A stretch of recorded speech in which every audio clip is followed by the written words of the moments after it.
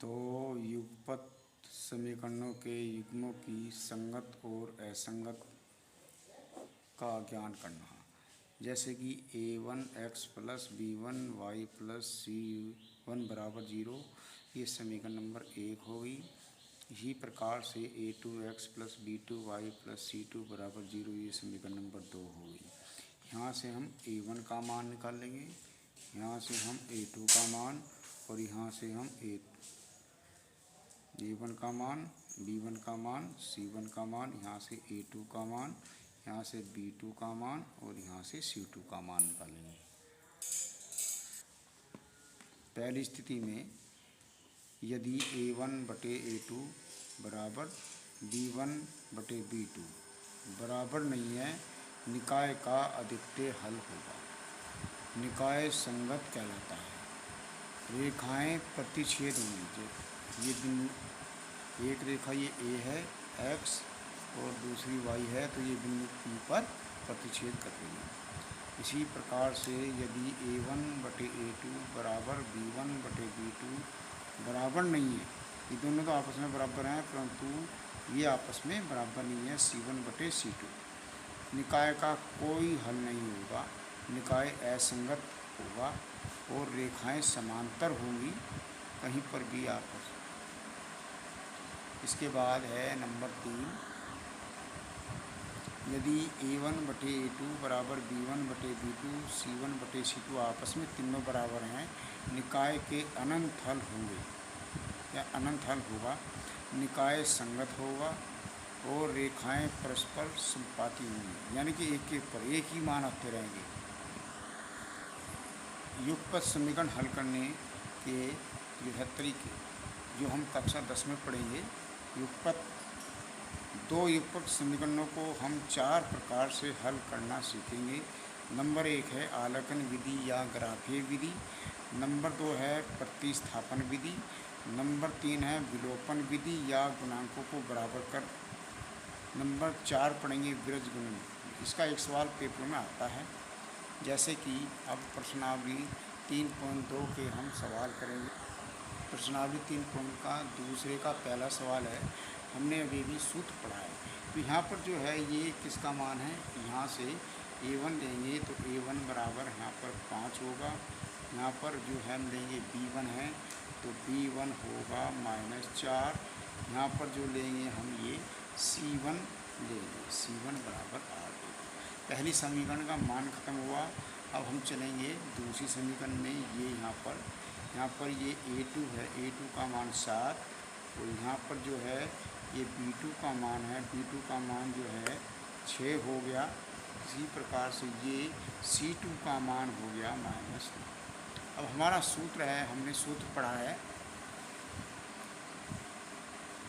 क्या है सूत्र, हमें a1 बटे a2 बराबर b1 बटे b2 बराबर c1 बटे c2। इस सूत्र में मान रखते रहेंगे, जो सी भी कंडीशन आती रहेगी उसको हम बताते रहेंगे। जैसे कि अब हमारे पास a1 का मान जो है यहाँ पर 5 है, a2 का 7, फिर चलो बराबर में b1 का मान -4 और b2 का 6, तो 2 दूनी 4 और 2 तिया 6, ये बराबर ही नहीं हो रहे।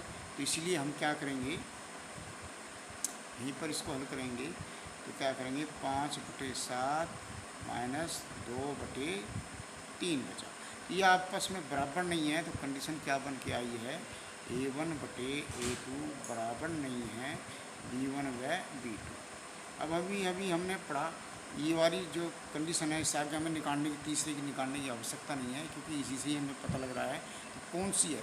अब हम सूत्र में झाँकते, इसको सूत्र में हमें ये वाली दिखाई दे रही है, पहली वाली पोजीशन में, पहले वाली स्थिति में a1 बटे a2 बराबर नहीं है b1 व b2। तो क्या पूछा है, निकाय कैसी है, रेखाएं प्रतिच्छेद कर रही हैं। अगर को पूछे कि रेखाएं कैसी हैं, प्रतिच्छेद कर रही हैं, निकाय कैसा है, संगत भी हो सकता है और निकाय का अद्वितीय भी है। इसमें सिर्फ ये पूछा है रेखाएं क्या हैं, प्रतिच्छेद कर रही हैं। रेखाएं क्या कर रही हैं, रेखाएं यहाँ पर क्या हैं, प्रतिच्छेद, प्रतिच्छेदक या प्रतिच्छेद है, प्रतिच्छेद रेखाएं हैं। इसी प्रकार से हम इसका दूसरा सवाल अब करेंगे। दूसरे का दूसरा चलेंगे। फिर यहाँ पर हम किसका मान निकालेंगे, A1 का मान हुआ 9, फिर B1 का मान यहाँ से निकाल लेंगे 3, फिर C1 का मान यहाँ से निकाल लेंगे 12। इसी प्रकार से दूसरी समीकरण में आ जाएंगे। यहाँ पर A2 का मान 18 और B2 का मान 6 और C2 का मान 24। तो हमारा सूत्र क्या है, सूत्र को सबसे पहले देखना है कि A1 बटे A2 बराबर B1 बटे B2 C1 बटे C2। एक इसे सवाल को हल करने के लिए एक सूत्र बना लो अपने आप, मान रख लो। यहाँ पर क्या A1 का मान 9 है और A2 का मान 18, यहाँ पर B1 का मान 3, इसका मान 6, C1 का मान 12, इसका मान 24। 9 एकम 9 दूनी 18, काटना शुरू करो। 3 एकम 3, 3 दूनी 6, 12 एकम 12, 12 दूनी 24। तो क्या दिखाई दे रहा है, इसको हम यहीं हल करेंगे। इसको हल करने के लिए क्या करेंगे, कितना बचा, 1/2 बराबर 1/2 और 1/2, तीनों बराबर हैं। तो A1 बटे A2 बराबर B1, B2 बराबर C1 और C2। ये वाली स्थिति है। ये वाली स्थिति कहाँ पर है, तीनों की बराबर। अभी हम पुनः सूत्र में ये देखो दिखाई दे गया कि यही है तीनों। यदि A1 बटे A2 B1 बटे B2 C1 बटे C2 आपस में बराबर हैं, निकाय के क्या हैं, रेखाएं समपाती हैं। तो समपाती होंगी, एक के ऊपर एक हैं, अर्थात बराबर आ रही हैं तीनों। ठीक है, तो इसको हमको अलग से पूछ सकता है कि क्या है, निकाय संगत कहलाएगा। निकाय के क्या अनेक हल है, अनंत हल है। ठीक है, इस प्रकार से ये तीसरा सवाल है। इसमें यहाँ पर देखेंगे तो ये A1 का मान कितना आ रहा है, यहाँ पर लिखिए A1 बराबर 6 और यहाँ पर B1 कितना हुआ, B1 हुआ -3, यहाँ पर कितना हुआ, C1 हुआ 10। इसी प्रकार से दूसरी समीकरण में A2 बराबर 2 और यहाँ पर कुछ नहीं है तो B2 का मान होगा -1 और C2 का मान होगा, जब कुछ नहीं है यहाँ 1 है, इसका मतलब 1 होगा। सूत्र हमारा वही है। फिर दोबारा रखेंगे, क्या करेंगे, A1 बटे A2 बराबर B1 बटे B2 C1 बटे C2। सूत्र ये नहीं है, पर अपनी याददाश्त के लिए सूत्र का हम प्रयोग कर सकते हैं। जैसे कि अब रखेंगे 6/2 -3/1 और 10/, माइनस से माइनस कट गया, 3 एकम 3, 2 एकम 2, 2 तिया 6। तो 3/1, 3/1 और 10/1 ये बराबर नहीं है। जब ये बराबर नहीं है तो हमें पता लग गया ये दो बराबर हैं। तो A1 बटे A2, B1 बटे B2 बराबर नहीं है C1 बटे C2। अभी इसको सूत्र के चार्ट में देख लेंगे क्या स्थिति है। तो हम इसको देखें, ये दिखाई दिया A1 बटे A2 बराबर B1 बटे B2 बराबर नहीं है C1 बटे B2। कोई हल नहीं निकाय का, निकाय असंगत है और रेखाएं क्या होंगी, आपस में परस्पर समांतर।